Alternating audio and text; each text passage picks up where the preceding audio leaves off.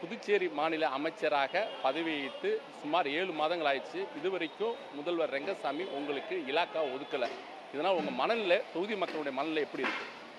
கஷ்டமாக தான் இருக்கும். தொகுதி மக்கள் அது வந்து அதை விட அரசாங்கத்தையே கழுவி ஊத்துறாங்க.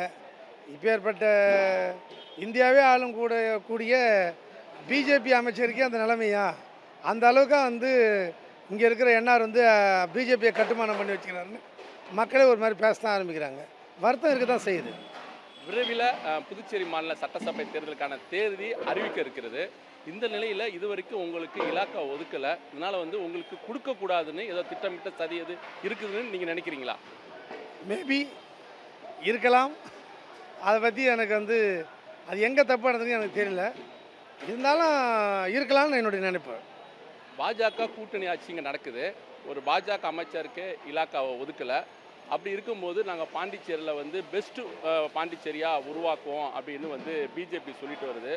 ஒரு அமைச்சருக்கே இலாக்கா கொடுக்க முடியல, இவங்க எப்படி வந்து பெஸ்ட்டு பாண்டிச்சேரியை கொடுப்பாங்க அப்படின்னு பொதுமக்களும் சொல்கிறாங்க. இது உங்கள் தகவலுக்கு வந்துச்சா? இது சரியாக இருக்கா? இன்றைக்கி என்னை பொறுத்த வரைக்கும் பிஜேபி நேரடியாக வந்து இங்கே ஆளும் அப்படின்றதுக்காக தான் வந்து பாரத பிரதமர் சொல்லியிருந்தார். இது பண்ணால் கூட்டணி ஆட்சியில் இருக்குது. பெஸ்ட்டு புதுச்சேரியாக மாற்றினா டைரெக்டாக பிஜேபியை நேரடி ஆட்சி இருந்ததுன்னா ரொம்ப பெஸ்ட்டாக இருக்கும். அதில் எந்த மாற்ற கருத்தும் இல்லை. கூட்டணியில் இருக்கீங்க நீங்கள், உங்கள் கட்சி தலைவர், உங்கள் அமைச்சர்கள்லாம் வந்து ஜான்குமாருக்கு இலாக்கா கொடுக்கல அப்படின்னு ஏன் முதலமைச்சரை வலியுறுத்தலை? எதுக்கு அவருக்கு நெருக்கடி கொடுக்கல? இப்போ நான் வந்து கட்சியில் சேர்ந்தே கிட்டத்தட்ட 3 தலைவர்கள் மாறிட்டாங்க. இப்போ இருக்கிற இது வந்து இப்போ ராமலிங்கம் சார் இருக்கிறாரு. அவர் என்ன ப்ரெஷர் கொடுக்குறாருன்னு தெரியலையே. அவருக்கு என்ன பிரச்சனை என்னன்னு தெரியல. அதை பற்றி எனக்கு வந்து கருத்து சொல்ல விரும்பலை. வெளிப்படையாகவே கேட்குறேன், ஜான்குமார் மேலே ரெங்கசாமிக்கு என்ன வெறுப்பு? எதுக்காக இன்னும் இலாக்கா கொடுக்காம வச்சுருக்காங்க? அவர் கட்சியில் என்னை வர சொன்னார். நான் வந்து ஏற்கனவே பட்ட கஷ்டம் எனக்கு தெரியும்.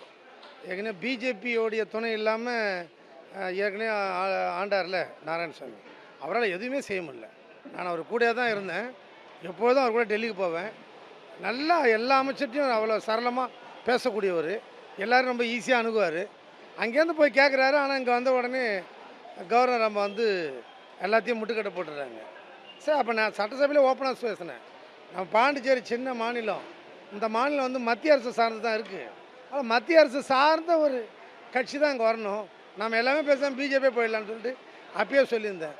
இந்த மாநிலத்தை பொறுத்த வரைக்கும் மத்தியில் யார் ஆள்றாங்களோ அவங்க தான் அங்கே ஆளணும். மற்ற யாருமே எலெக்ஷன் நிற்கக்கூடாது. காங்கிரஸ் அங்கே ஆளுச்சுன்னு வச்சாங்களேன், இங்கே ஒரு ஆளும் நிற்கக்கூடாது. ஒன்லி காங்கிரஸ் மட்டும் இது பண்ணுங்க. இப்போ பிஜேபி அங்கே அழைச்சி வச்சாங்களே, ஒன்லி பிஜேபி மட்டும் தான் அங்கே இருக்கணும். இல்லைன்னா அதை சார்ந்தவங்க தான் இருக்கணும். மற்றபடி வந்து சுத்த வேஸ்ட்டுங்க. நம்ம பாண்டிச்சேரி வந்து ஆளணும்னா மத்தியில் யார் ஒருத்தவங்க ஆட்சி ஆள்றாங்களோ அவங்க தான் ஆளணும். தமிழ்நாடை பொறுத்த வரைக்கும் அப்படி இல்லை. டிசிஷன் அவர் கையில். இப்போ தளபதினா அவர் என்ன முடிவு பண்ணுறாரோ அதுதான். அது வந்து எந்த மாற்று கருத்தும் இல்லை. ஆனால் அதை விட்டுட்டு இங்கே பாண்டிச்சேரி வந்து முடிவு பண்ணுறது ஃபுல்லாக வந்து சென்ட்ரல் கவர்மெண்ட்டு தான். ஏன்னா அவங்க முடிவு பண்ணுறது தான் இங்கே வந்து பண்ண முடியும். ஸோ அப்போ அதனால் சென்ட்ரல் கவர்மெண்ட்டை சார்ந்து நீங்கள் இருக்கிற ஒரு ஆட்சி வந்து நல்லாயிருக்கும்.